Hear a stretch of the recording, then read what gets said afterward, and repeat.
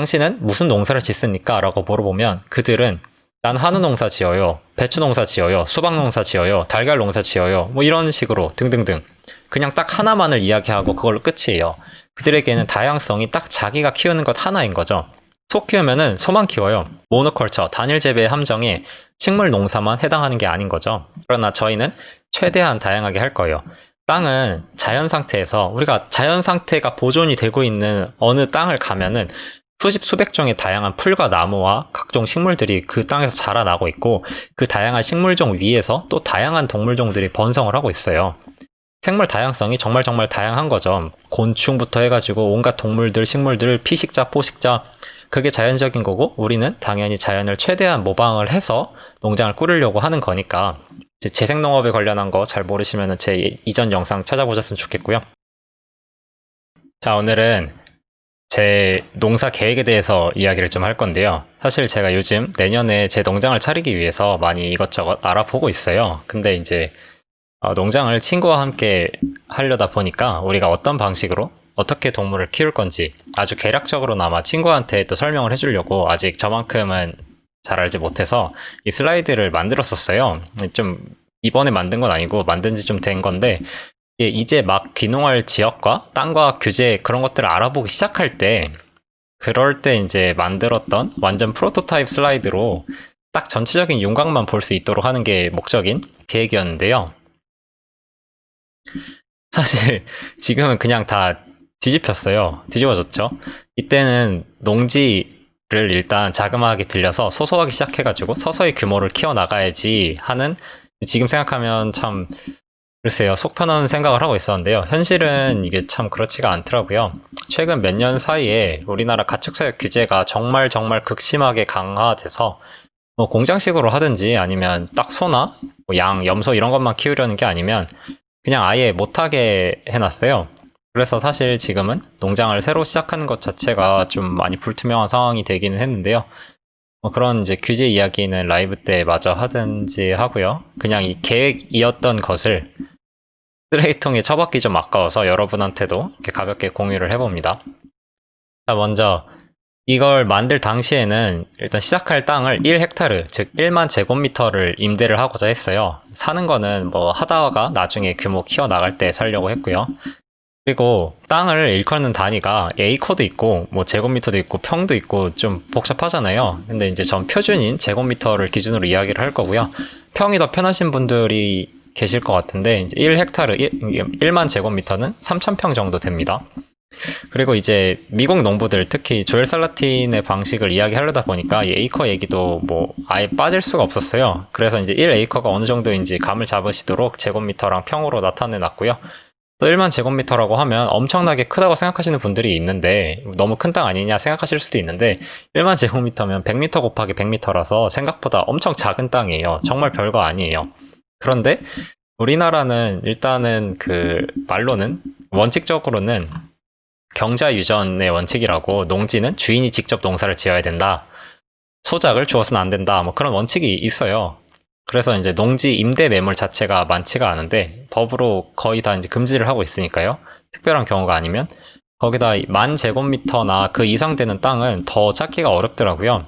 그런데 이제 아무리 소규모로 가볍게 소소하게 뭐 하려고 해도 1만 제곱미터도 안 되면은 거의 뭐 사실상 진지하게 농사를 지으려는 게 아닌 수준이라서 일단 이 정도로 기준을 잡았고요. 이 크기의 땅을 1만 제곱미터를 이제 이론적으로 나누어서 거기 안에서 동물을 키울 겁니다. 먼저 육개, 즉 고기용 닭이죠. 땅 크기가 작은 만큼 소나 뭐 양도 그렇고 이런 큰 동물이 아니라 작은 가금류들을 중심으로 키울 수밖에 없는데요. 그래서 조금 이따 나올 산란개와 더불어서 육개가 이 1만 제곱미터 농장의 핵심이에요. 더군다나 땅 크기가 크다고 해도 빨리 키워서 빨리 팔 수 있는 빠르고 즉각적인 현금 흐름을 만들어주는 동물이 가금류밖에 없어서 이 가금류들이 굉장히 중요한 축적인데요. 특히나 이런 작은 농장에서 이게 젖소나 유산양 이런 거를 키워서 우유를 짜려면 새끼 때 데려와서 한 1년 키워야죠 또? 그래야지 임신을 할 수가 있으니까. 근데 임신을 하면은 또 한 1년 동안 새끼를 베고 있잖아요. 그리고 그 다음에 그동안 다른 아무 일 없이 잘 자라서 새끼까지 안전하게 난 다음에야 우유를 짤 수가 있는데 아니면 새끼를 데려다가 양이나 염소여도 한 6개월은 키워야 또 고기로 할 수가 있으니까요. 그동안 이제 빚에 허덕이다가 굶어 죽지 않으려면, 혹은 저희처럼 거의 자본금 없이 비전이랑 의지 이런 것만으로 시작하려는 사람들도 농장에 뛰어들려면 말씀드렸다시피 가금류가 굉장히 중요해요. 아무튼 조엘 살라틴은 1에이커, 즉 약 4,000제곱미터에서 6개를 1년에 500마리까지 키울 수 있다고 말을 해요. 여기서 500마리까지 가능하다는 말은 땅을 되살리고 표토를 쌓으면서 풀이 더욱 더 잘 자라날 수 있도록 그런 자연환경을 되살릴 수 있는 상한선을 이야기를 해요. 그럼 이 500마리를 넘어가면 어찌 되느냐? 그걸 알려면은 비료와 탄질비의 개념에 대해서 조금 이해를 해야 되는데요. 우리가 그 식물을 키울 때 잘 자라나도록 비료를 주잖아요. 풀도 식물이니까 비료가 있어야 잘 자라는데요. 합성 비료는 주로 NPK, 그러니까 질소, 인, 칼륨을 이렇게 뿌려요. 그리고 탄질비는 이중 이 질소와 그리고 탄소의 비율을 말을 하는데, 이게 비료도 적당할 때 좋은 거지, 비료 주면 잘 자란다고 아예 비료로 막 범벅으로 비료를 들이부으면 그 땅에서는 식물이 잘 못 자라잖아요. 잘 크기는커녕 바로 죽거든요. 이 질소가 너무 많으면 식물이 살 수가 없어요. 그래서 중요한 게 이 탄소 대 질소의 비율인데요. 자세한 탄질비 얘기는 또 나중에 하고요. 그래서 결론만 얘기를 하자면 이 탄질비가 20에서 30대 1인 게 좋은데, 그러니까 탄소가 20에서 30 그리고 질소가 1, 이 정도로 탄소가 더 많은 게 좋은데, 닭똥은 탄질비가 질소 비율이 훨씬 높은 한 7대 1 정도예요. 6대 1에서. 그러니까 다른 탄소를 추가적으로 집어넣지 않고 닭똥 비료만 과하게 들어가면 그 땅은 식물이 타 죽어서 살 수가 없어요. 그리고 그 과한 정도가 에이커당 500마리의 6개라는 게 이제 수십 년간 성공적으로 닭을 키워온 조엘 살라틴의 얘기인 거죠. 근데 이제 여담이기는 한데, 우리나라 일반적인 동물복지 자유방목 그런 달걀 농장들을 보면 방목장에 풀이 없잖아요. 그냥 완전 맨바닥에 사막이거든요. 보셨다시피 찾아보시면 또 알 거예요. 그게 자유방목 인증을 한 마리당 1.1제곱미터의 운동장이 있으면 해주는 건데요. 그 말인즉슨 4,000제곱미터의 땅에 6개처럼 어린 닭도 아니고 다 큰 닭이 3,600마리 넘게 있을 수 있다는 말이고, 거기다가 그 땅들을 뭐 구역을 나눠가지고 움직이는 것도 아니고 매일 똑같은 방목지에 그냥 다 있으니까 그 땅들이 전부 다 황폐화되는 거예요. 뭐 풀 조금만 나면 다 쪼아먹는 것도 쪼아먹는 거고, 닭똥이 너무 많이 떨어지니까 거의 질소가 너무 많아져서 황폐화되는 건데, 그래서 또 방목지는 사막이니까 외부에서 풀 베어다 먹여야 되고, 그럼 그 풀 잘 나오는 땅은 또 지력 떨어지고, 뭐 그런 이제 악순환인 거죠. 아무튼 이 땅이 지탱할 수 있는 닭의 마리수 연구 중에는 500마리도 있지만, 조엘 살라틴이 얘기하는 1에이커에 50마리가, 그러니까 4,000제곱미터에 50마리가 적정선이고 100마리도 너무 많다는 이야기도 있어요. 그러나 이 조엘 살라틴은 쉬지 않고 활발하게 자라나는 풀이 있다면 이 많은 질소에도 땅이 견딜 수 있으면 물론이고 오히려 더 좋아지고 재생할 수도 있다고 말을 해요. 그러니까 결국 포인트는 풀을 계속해서 키워내야 되고, 그 자라나는 풀이 질소를 계속해서 먹어치우면서 소모함과 동시에 땅을 재생하고 탄소를 격리하도록 해주는 거죠. 그래서 이 조엘 살라틴이 6개를 어떻게 키우는지를 좀 보자면, 이렇게 네모나게 디자인된, 조엘 살라틴은 이거를 하나하나를 다 이제 치킨 트랙터라고 불러요. 이런 우리를 만들어서 안에다가 어린 닭들을 두고 매일매일 입력으로 다음 초지로 계속해서 이동을 시켜주는 거예요. 그리고 이렇게 한번 지나간 이 초지들은 내년이 될 때까지, 그러니까 그 해에는 다시 이 닭들을 놓지 않아요. 한번 지나가면은 그걸로 1년치 비료가 충분한 거죠. 닭똥은요. 이 모자이크처럼 여기 네모들이 이렇게 딱딱딱 박혀 있는 거 보이시죠? 이 닭들이 하루 동안 풀을 다 뜯어먹고 똥을 다 싸고 매일매일 새로운 초지로, 새로운 샐러드 바로 이동함과 동시에 분뇨가 전혀 없는 깨끗한 땅으로 이동을 하는 거예요. The chickens just walk on the ground as we move it forward.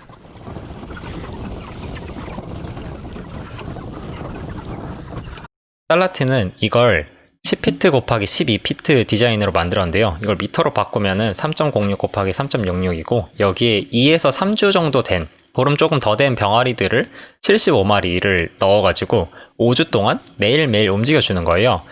그러면은 이 닭들이 수확될 때까지 이 우리 하나당 390제곱미터의 땅을 쓰는 거죠.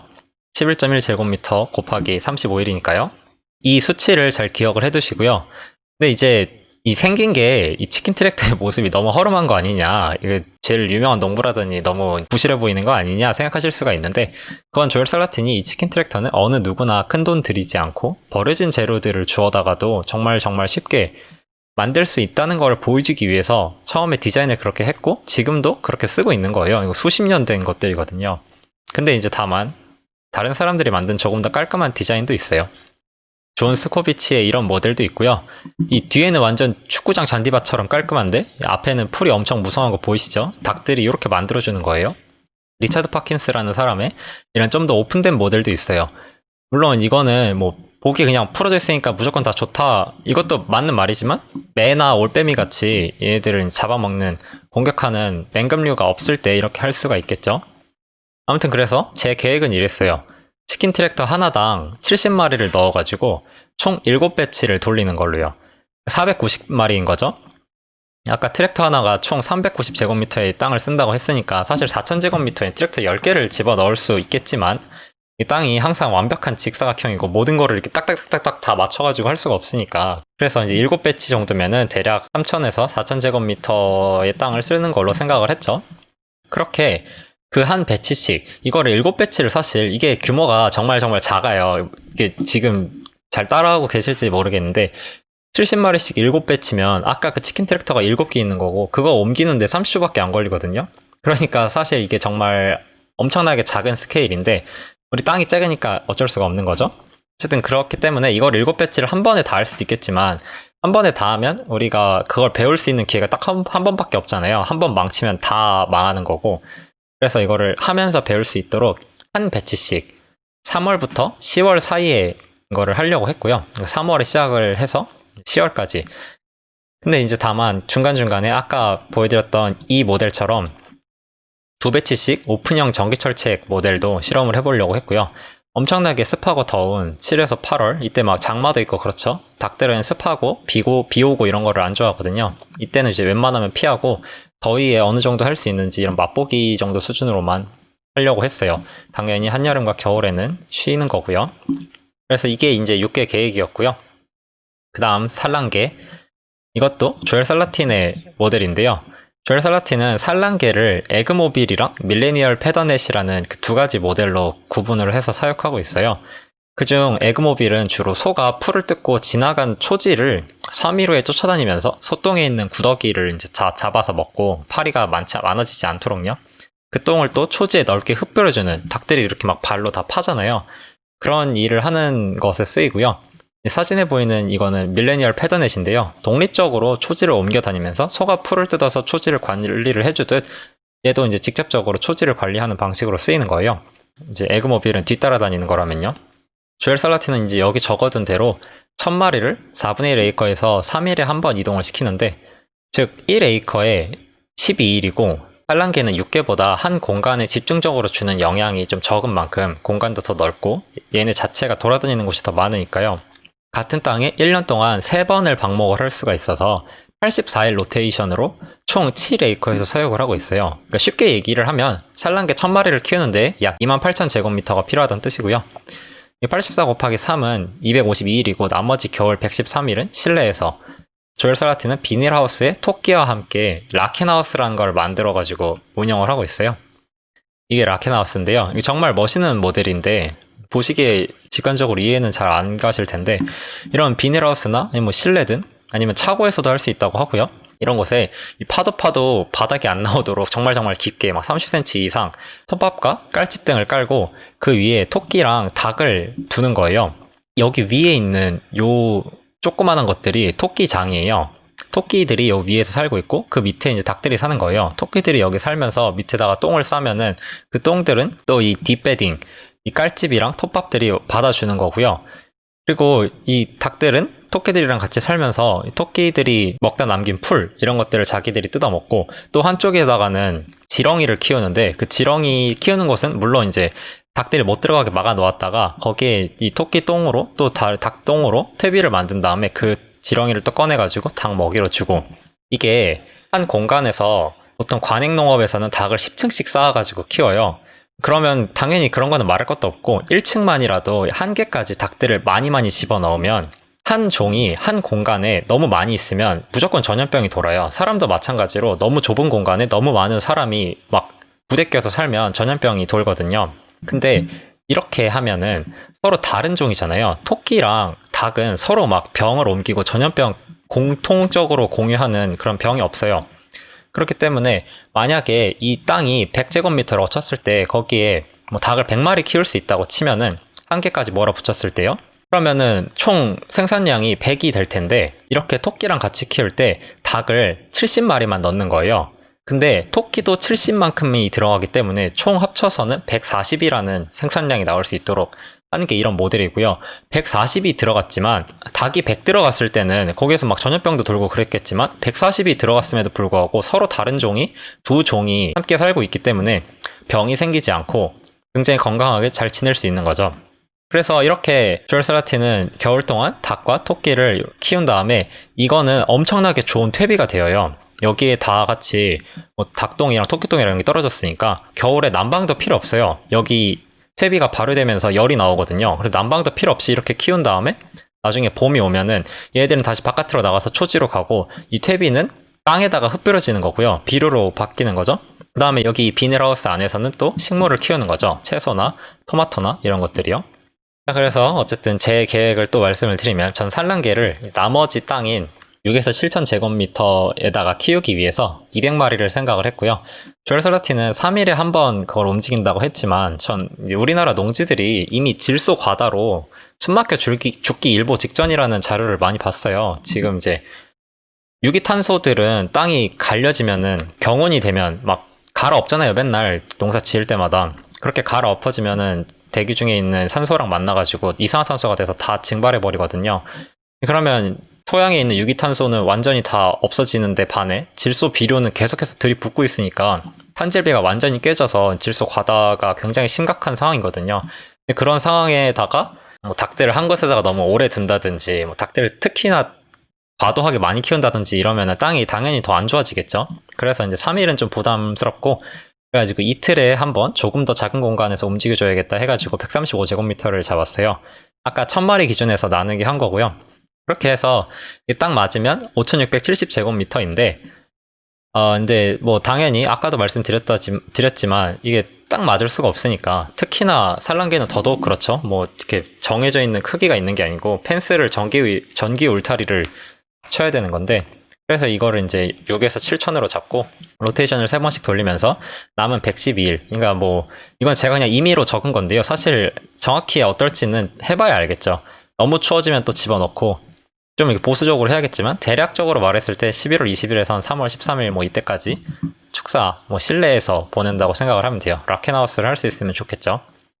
이렇게 해서 핵심 가축인 육개와 산란개가 다 끝났고요. 당연히 이제 육개 490마리에 산란개 200마리만 키워서는 수익은커녕 굶어 죽겠죠.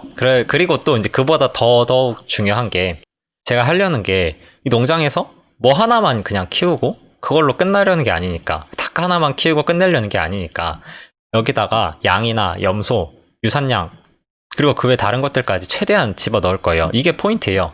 우리가 보통 다른 농부들한테 그냥 어떤 농부들한테 당신은 무슨 농사를 짓습니까? 라고 물어보면 그들은 난 한우 농사 지어요, 배추 농사 지어요, 수박 농사 지어요, 달걀 농사 지어요 뭐 이런 식으로 등등등 그냥 딱 하나만을 이야기하고 그걸로 끝이에요.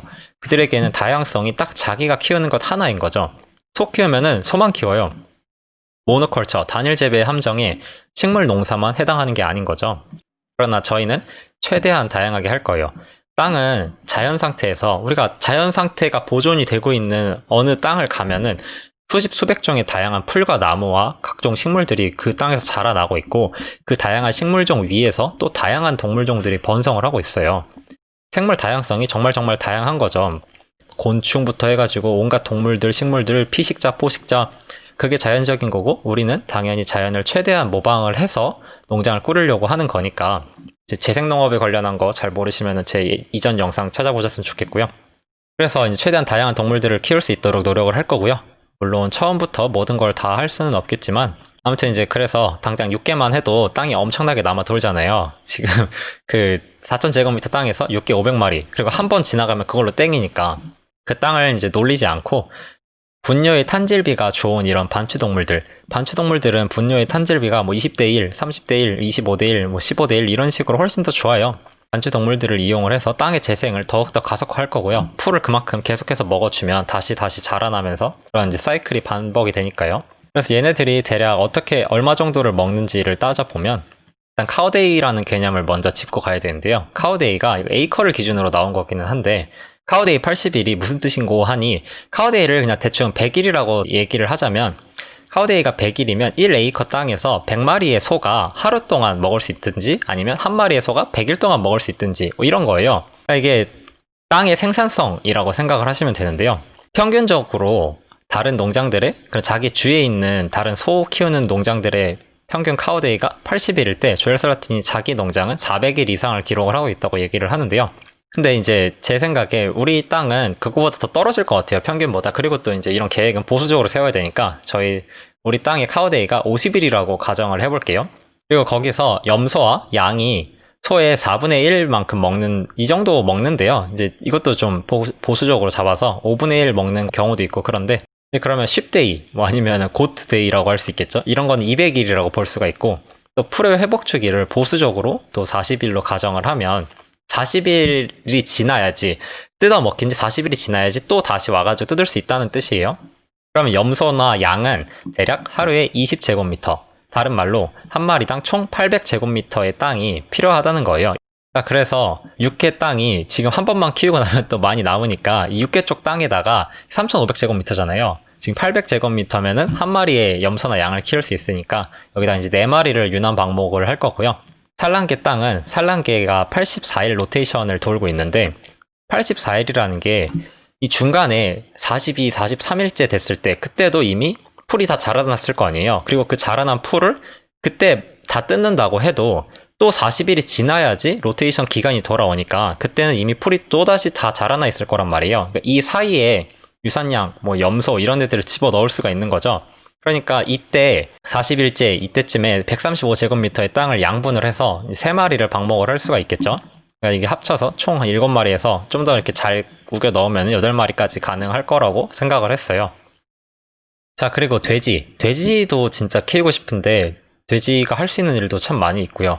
근데 이제 이게 이미 질소 비율이 높은 땅에서 닭과 돼지를 함께 키우기에는 좀 어려울 수도 있겠다는 생각이 들었어요. 특히나 이 작은 땅에서. 왜냐하면 돼지도 닭과 마찬가지로 이 분뇨의 탄질비가 6대1 정도로 굉장히 질소가 많거든요. 그래서 돼지가 제일 잘하는 거는 특히나 산에서 관목들을 막 다 뿌리 뒤집어 엎고 쓸데없는 그 풀이 자라나지 못하도록 막고 있는 애들을 먹어 치우는 거니까 임야가 생기면은 하는 걸로 생각을 이때 당시에는 했는데요. 아니면 과수원도 좋고요. 낙과들을 먹어 치우기도 좋고 거기에 이제 비료 주면서 땅을 어느 정도 숨쉬게도 해줄 수 있고 여러 가지 좋은 게 많이 있으니까요. 근데 그래서 이때 돼지를 뭐 이렇게 되면은 하는 걸로 제외를 했었는데 알고 보니까 돼지는 임야가 있어도 못해요. 돼지는 한두 마리라도 키우려면은 민가로부터 2000m나 떨어져야 하는 지역이 대부분인데요. 2000m 내에 다른 사람이 살면은 돼지를 못 키워요. 한 마리라도. 물론 닭도 제가 여태 말한 닭도 1000에서 1500m는 떨어져 있어야지 키울 수 있어서 뭐 똑같이 못 키울 것 같기는 한데요. 어쨌든 네, 그런 규제 이야기는 나중에 더 하든지 하고요. 땅이 이상하게 생겨서 혹은 이제 여러 가지 사정으로 어쩔 수 없이 자투리 땅이나 노는 땅이나 이런 게 분명히 생길 거란 말이죠. 거기에는 이제 허브 같은 거를 조금 키우려고 했고요. 아직 이 분야는 지금 무경험 마켓 가든이라는 분야는 잘 아는 게 없는데요. 뭐 이게 기계적 경운 없이 퇴비만 뿌려 키우는 방식이에요. 이런 거를 이제 좀 더 공부를 해서 조금씩 해보려고 했어요. 다음 이제 고려 사항들로 기후, 탄질비, 사료값, 수익성 이 4가지를 이제 뽑았는데요. 제가 가장 많이 참고하는 농부가 미국의 조엘 살라틴과 스웨덴의 리차드 파킨스인데 그 사람들의 기후랑 우리의 기후를 좀 비교를 해봤어요. 그러니까 그 사람들은 그런 기후에서 어떤 동물들을 어떤 식으로 키우고 있고 우리는 이런 기후니까 혹은 이제 그 사람들의 기후랑 어떤 차이가 있으니까 어떻게 키울 수 있고 못 키우고 그런 게 이제 굉장히 중요할 거 아니에요. 근데 따져보니까 우리나라가 겨울에는 엄청 추운데 여름에는 엄청 덥더라고요. 그러니까 스웨덴이랑 겨울 추위가 비슷한데 여름에는 스웨덴이 그렇게 막 끔찍하게 덥지 않거든요. 물론 그만큼 따뜻한 시간이 짧기는 한데요. 아니면 조엘 살라틴의 농장이 있는 곳 우리랑 위도도 비슷한데 조엘 살라틴의 농장은 겨울이 좀 더 온화해요. 온화한 시간이 길어요. 그래서 11월, 12월에도 방목을 할 수가 있다고 하는데 우리는 그런 거는 사실 힘들죠. 그래서 이런 기후적인 요인, 더군다나 우리가 굉장히 중요한 게 여름에 장마가 있잖아요. 비가 엄청나게 집중적으로 많이 온단 말이에요. 이제 이게 굉장히 중요한 건데 닭을 중심적으로 키울 때 비가 그렇게나 많이 내리면 비를 안 좋아하는 닭들한테 굉장히 힘들 수가 있고 염소도 사실 비를 안 좋아하거든요. 제가 예전에 염소 영상 하나 찍었었죠. 그리고 이제 탄질비 얘기는 조금 전에 계속 들었다시피 탄질비를 신경 쓰지 않을 수가 없어요. 그러니까 퇴비를 잘 만들어서 뿌려야 되는데 탄소가 많은 것들에 이제 닭똥이나 이런 것들을 잘 섞어가지고 퇴비를 잘 뿌려서 줘야 될 거고 근데 지금 질소가 너무 많아서 그것도 참 고민스럽고 그리고 사료값은 가격도 가격이고 뭐 특히나 소규모로 할 때는 이거를 직접 배합해가지고 주기는 아니면 사오는 것도 마찬가지고 당연히 더 비용이 많이 들 수밖에 없어요. 엄청나게 많은 양을 할 때 비교하면요. 관리비도 더 많이 들 수밖에 없고요. 그리고 사실 이런 사료를 외부에서 가져다가 먹이는 거는 궁극적으로 봤을 때 저희가 원하는 바는 아니잖아요. 이건 뭐 조엘 살라틴도 항상 하는 얘기고 그런데 그런 면들도 생각하지 않을 수 없고요. 그리고 수익성도 문제죠. 저희가 이거를 아무리 좋은 거라고 해도 하다가 굶어 죽으면 아무런 의미가 없잖아요. 계속 지속할 수가 없으면 지속 가능성이 굉장히 중요한 가치인데 우리는 땅의 크기도 작고 탄질비 불균형 우려도 크고 뭐 사료값, 수익성, 어쩌면 기후까지도 모든 면에서 오리나 거위가 닭보다 더 나은 선택지가 될 수도 있다는 생각을 했어요. 왜냐? 기후, 오리나 거위는 비 많이 내리는 걸 좋아해요. 우리나라는 장마도 장마인데 평소에도 그냥 비가 많이 내리는 나라거든요. 그리고 탄질비. 오리나 거위똥은 탄질비가 비교적 높아요. 닭똥보다 훨씬 15대 1 이렇거든요. 거기다가 사료값. 오리나 거위는 사료를 덜 먹거나 안 먹일 수도 있어요. 이건 이제 거위 얘기긴 한데요. 얘네들은 풀을 훨씬 더 많이 먹거든요. 채식 비율, 초식 비율이 더 높아가지고 닭들은 이제 고기, 단백질도 많이 먹어야 돼서 뭐 곡물을 먹든 아니면 고기를 먹든 그래야 되는데 사실 고기를 닭한테 먹이기에는 수지타산이 안 맞으니까 식물성 단백질이 들어있는 그래서 이제 콩을 많이 먹이는 거기도 하고요. 근데 저희는 콩을 안 먹이려다 보니까 이러면 굉장히 일이 복잡해지잖아요. 근데 그런 면에서 오리나 거위가 훨씬 더 우리 사정이 맞을 수도 있고 그리고 수익성. 얘네들이 탄질비가 높으니까 뭐 닭은 한 번만 할 거? 얘네들은 두 번, 세 번도 할 수 있는 거죠. 그래서 이제 로테이션을 더 많이 돌릴 수가 있으니까 더 좋을 수도 있겠다는 생각이 들었고 다만 문제점이 있다면 로테이션 한 번당 닭은 한 10마리 할 수 있었으면은 오리나 거위는 5마리나 6마리 이런 식으로 좀 더 떨어지겠죠. 그 숫자 자체가. 거기다가 사람들이 오리나 거위는 잘 안 먹죠. 닭고기는 이제 엄청나게 당연한 거고 좀 쉽게 생각을 해도 오리고기, 거위고기 이런 거는 우리한테 별로 친숙한 고기가 아니니까 이런 것도 생각을 하지 않을 수는 없죠. 이것도 이거고 또 이제 그 외에 기타 마무리를 하면서 이런 이제 더 고려해야 될 게 뭐가 있을까 생각을 해봤는데요. 당연히 저희는 작게 하고 있고 아직 어떻게 될지 다 굉장히 불확실한 상황이었으니까 예를 들어서 도축을 해야 되는데 닭을 저희가 직접 잡을 수 있으면 좋겠지만 그걸 법에서 금지할 수도 있잖아요. 그러면 다른 사람한테 맡겨야 되는데 그게 이제 스케줄이 어쩌고저쩌고 꼬일 수도 있고 그런 거 온갖 리스크들을 다 최소화하기 위해서 우리는 판로가 그냥 무조건 사가주는 할인이 있는 것도 아니고 그러니까요. 그래서 이제 모든 상품의 적극적인 예약 판매를 하려고 했고요. 또 이제 이런 계획, 여태까지 말씀드린 계획이 땅의 모습에 따라서 당연히 가변적으로 변하는 거는 만약에 임야로 바뀌어버리면은 또 당연히 바뀌어야 되는 거고요. 그리고 가금류 양질의 단백질을 보충하기 위해서 아까 이제 콩이나 고기 이런 거 말씀드렸었죠. 그래서 곤충 사료가 가장 좋을 것 같은데 그래서 이제 이런 동해 등에도 직접 급여를 할 수 있을지 제가 곤충도 키울 수가 있을지 그런 것도 공부를 해야겠다는 생각을 했고 부가가치 사업 우리는 아까 말씀드렸다시피 지금 고기 닭을 490마리랑 알 낳는 닭을 200마리 그것만 키워가지고 두 사람이 먹고 살아야 되는데 그게 사실 말이 안 되잖아요. 다른 사람들 닭 몇만 마리씩 키우면서도 어쩌고 저쩌고 하는데요. 근데 어쨌든 간에 그래서 이 부가가치 사업이 굉장히 중요할 거라고 생각을 했어요. 예를 들어서 우리 농장으로 체험학습을 온다든지 현장학습을 온다든지 견학을 오고 아니면 우리가 이걸 잘해서 공부도 많이 하고 좋은 선례를 만들어서 다른 사람들을 교육하고 우리를 따라할 수 있는 방법을 제시를 해주고 그러면서도 이제 수익을 올릴 수 있고 우리 농장에서 예를 들어 양을 한 마리 잡아서 사람들이 이렇게 쭉 모여가지고 워크숍을 여는 거예요. 그래서 이렇게 손님들이 오면은 같이 양을 어떻게 잡는 건지 그것부터 시작을 해가지고 가죽 벗기는 법, 양 내장 빼내는 법 해서 그 자리에서 그걸 이제 다 같이 함께 하고 양을 요리를 해가지고 또 같이 나눠서 먹고 남은 부위가 있으면은 그 현장 판매를 하고 뭐 이런 식으로 그런 것도 해보면 좋을 것 같고 부가가치는 사실 무궁무진하죠. 이런 거가 저희한테는 굉장히 중요한 모델이 될 것 같다고 생각을 했고요. 고기를 팔아도 그냥 고기만 팔기보다는 살라미를 만들어서 팔든지 그런 거를 같이 해야 된다는 이야기이고요. 근데 뭐 이런 여태 이제 말씀드린 그런 프로토타입 계획이 사실 싸그리 다 불가능해졌어요. 그래서 이제 어떻게 될지 잘 모르겠는데요. 뭐 하려고 하면 다 안 된다고 그러더라고요. 그래서 지금 약간 이제 벽에 부딪힌 느낌이기는 한데 글쎄요. 닭과 돼지를 안 키우면은 가능한 것도 있을 것 같은데 뭐 그러자니 사실 닭이랑 돼지를 안 키우면은 그게 의미가 없잖아요. 의미도 없을 뿐더러 당장 리턴이 아무것도 없는 뭐 염소를 몇 개월에서 뭐 몇 년까지도 키울 여유도 안 되고요. 그래서 네, 뭐 좀 두고 봐야 될 것 같기는 해요. 근데 이제 이런 계획이 있었다는 거 그리고 지금도 뭔가 나름대로 방법을 찾으려고 노력을 하고 있다는 거를 말씀드리고 싶었고요. 오늘 영상은 이렇게 마치도록 하고 재밌게 보셨다면 좋아요와 구독 눌러주시고요.